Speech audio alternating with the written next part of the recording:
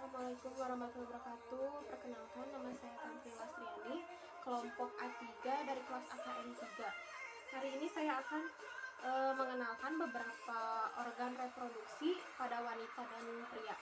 Yang pertama ini ada alat reproduksi wanita bagian eksterna, lalu ada organ reproduksi wanita bagian internal,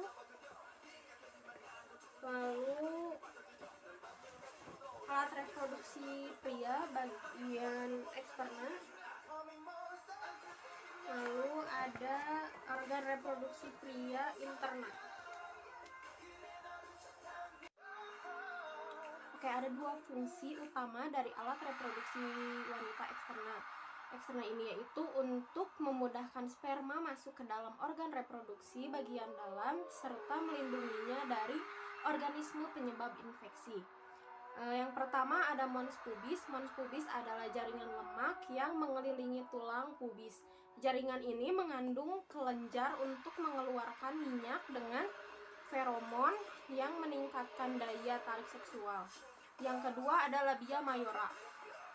Labia mayora merupakan pintu gerbang yang melindungi organ reproduksi wanita bagian luar lainnya.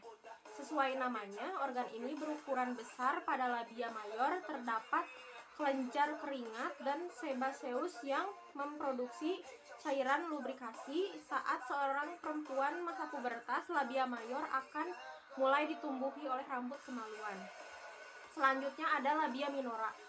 Labia minora terletak di sebelah dalam labia mayor dan mengelilingi pembukaan vagina serta uretra atau saluran yang membawa urin dari kandung kemih keluar tubuh. Bentuk dan ukuran organ ini dapat berbeda pada tiap individu. Permukaannya pun sangat rapuh dan sensitif sehingga membuatnya mudah mengalami iritasi dan pembengkakan. Selanjutnya ada klitoris. Fungsi klitoris yaitu untuk memberikan kenikmatan seksual. Klitoris punya 8.000 sel saraf. Ia pun dikenal sebagai organ yang paling sensitif daripada organ tubuh lain. Yang kelima ada vestibulum. Vestibulum berfungsi untuk mengeluarkan cairan yang berguna untuk melumasi vagina pada saat bersenggama. Selanjutnya ada himen. Himen berfungsi untuk memungkinkan darah menstruasi dan cairan tubuh lainnya mengalir keluar melalui lubang vagina. Selain itu, fungsi himen atau lapisan mukosa yang mengelilingi atau menutupi sebagian dari muara vagina. Selanjutnya ada vagina intrans, yaitu lubang masuk vagina yang dilapisi oleh lapisan tipis disebut himen. Selanjutnya ada urethral opening atau adalah sebuah tabung yang menghubungkan kandung kemih dengan meatus urin untuk menghilangkan urin dari tubuh kedua perempuan dan laki-laki. Oke, yang selanjutnya organ reproduksi wanita bagian interna. Yang pertama ada vagina. Vagina berada di dalam tubuh dengan bagian terluar yang bisa dilihat disebut dengan vulva.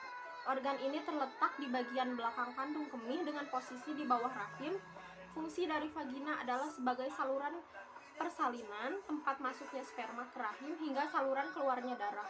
Yang kedua ada uterus. Uterus berfungsi untuk memberi makan dan menampung sel telur yang telah dibuahi sampai menjadi janin atau sampai siap untuk dilahirkan. Uterus melakukan banyak fungsi penting dalam siklus reproduksi, kesuburan, dan melahirkan.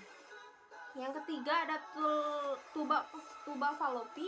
Saluran ini berfungsi sebagai tempat berjalannya sel telur dari ovarium menuju rahim saat ovulasi dan sebagai tempat pertemuan sel telur dengan sperma saat proses pembuahan. Selanjutnya ada ovarium. Ovarium yang berukuran sebesar biji kenari ini merupakan bagian dari sistem reproduksi wanita. Ovarium berfungsi menghasilkan sel telur tiap bulan, mulai dari masa pubertas hingga menopause, serta memproduksi hormon estrogen dan progesteron. Selanjutnya ada serviks. Salah satu fungsi serviks adalah memproduksi lendir atau mukus. Lendir membantu menyalurkan sperma dari vagina ke rahim saat berhubungan. Lalu selanjutnya ada endometrium. Fungsi endometrium pada tubuh manusia berhubungan dengan proses reproduksi. Bagian ini memiliki peran penting dalam siklus menstruasi, serta selama masa kehamilan. Lalu selanjutnya ada infundibulum, yaitu berfungsi menampung sel ovum yang telah ditangkap oleh Fimbriae. Lalu selanjutnya ada ovum. Ovum berfungsi untuk membawa sel kromosom untuk disumbangkan oleh perempuan dan menciptakan lingkungan yang tepat untuk memungkinkan terjadinya pembuahan dengan sperma. Selanjutnya ada oviduk. Saluran ini berfungsi sebagai tempat berjalannya sel telur dari ovarium menuju rahim saat ovulasi dan sebagai tempat pertemuan sel telur dengan sperma saat proses pembuahan. Selanjutnya ada Fimbriae. Proyeksi bersilitas seperti jari yang berfungsi menangkap sel telur dari permukaan ovarium. Oke, yang selanjutnya adalah mengenai organ reproduksi pria bagian eksternal. Yang pertama ada bladder, berfungsi sebagai tempat penyimpanan sementara urin sebelum dikeluarkan melalui penis. Yang kedua ada pubic bone. Pubic bone atau pubis adalah tulang yang berada di bagian bawah pinggul atau tulang kelamin, berfungsi untuk melindungi alat kelamin. Yang ketiga ada prostat bone. Prostat adalah kelenjar eksokrin pada sistem reproduksi pada sebagian besar mamalia jantan. Fungsi utamanya adalah untuk mengeluarkan dan menyimpan cairan yang menjadi 2/3 bagian dari cairan semen. Selanjutnya ada corpus cavernosa. Adalah 2 tabung di kedua sisi alat kemaluan yang dimana terisi oleh darah saat ekresi. 2 tabung tersebut dipisahkan oleh tulang. Walau begitu, tabung tersebut tidak seutuhnya berpisah. Fungsi dari corpus cavernosa yaitu berperan sebagai proses reaksi kimia untuk menghasilkan ekresi. Lalu selanjutnya ada penis glands. Glands atau kepala bagian ujung penis dengan bentuk mengerucut yang terdapat lubang saluran uretra untuk mendukung fungsi penis sebagai tempat keluar urin dan air mani. Selanjutnya ada foreskin. Kulit yaitu kulit yang menutupi bagian glands disebut foreskin atau preputium yang merupakan bagian yang biasanya disunat, yaitu saluran yang terdapat dalam penis yang berfungsi untuk mengeluarkan air seni dan air mani. Selanjutnya ada urethral opening.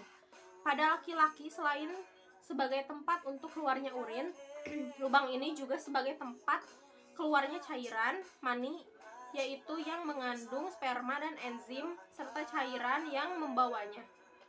Selanjutnya ada skrotum. Skrotum sangat berkaitan erat dengan testis karena kantong inilah yang melindungi dan mendukung testis untuk memproduksi sperma yang normal. Lalu selanjutnya ada testis. Testis adalah organ yang sangat penting pada sistem reproduksi pria. Fungsi testis adalah untuk memproduksi sperma dan hormon testosteron. Selanjutnya ada epididymis. Setiap bagian tersebut memiliki fungsi yang berbeda. Kepala epididymis berfungsi sebagai tempat menyimpan sperma. Tubuh epididymis berperan sebagai tempat pematangan sperma. Selanjutnya ada vas deferens. Vas deferens adalah saluran yang melekat di sepanjang medio ventral permukaan ginjal. Vas deferens mempunyai fungsi sebagai tempat penyimpanan spermatozoa sebelum diejakulasikan. Oke, selanjutnya yang terakhir ada organ reproduksi pria bagian interna. Yang pertama ada uretra pars cavernosa, adalah uretra yang paling panjang dan terdapat di dalam corpus cavernosum penis. Yang kedua ada glandula bulburetral, berperan sebagai penghasil plasma semen dan sebagai pembilas saluran uretra dan membantu dalam melumasi vagina. Yang ketiga ada glandula prostata. Fungsi utama kelenjar prostat adalah mengeluarkan cairan yang melindungi dan menutrisi sperma. Selama ejakulasi, cairan tersebut akan dikeluarkan bersamaan dengan sperma sebagai air mani. Selanjutnya ada uretra pars prostatica. Terletak di prostat terdapat pembukaan kecil di mana terletak muara vas deferens. Selanjutnya ada ductus ejaculatorius yang merupakan saluran di antara kandung kemih dan kelenjar prostat. Saluran ini memiliki fungsi untuk mengeluarkan air mani yang berisi sperma yang telah matang menuju uretra pada saat ejakulasi. Yang keenam adalah ampula ductus deferens, adalah pembesaran ductus deferens pada fundus dan dari kandung kemih yang bertindak sebagai reservoir Reservoir untuk sperma. Selanjutnya ada ductus deferens, adalah sebuah tabung yang dimiliki oleh kebanyakan vertebrata jantan yang berfungsi menyalurkan sperma dari epididymis saat ejakulasi. Demikianlah presentasi dari saya, kurang lebihnya mohon maaf. Terima kasih. Wassalamualaikum warahmatullahi wabarakatuh.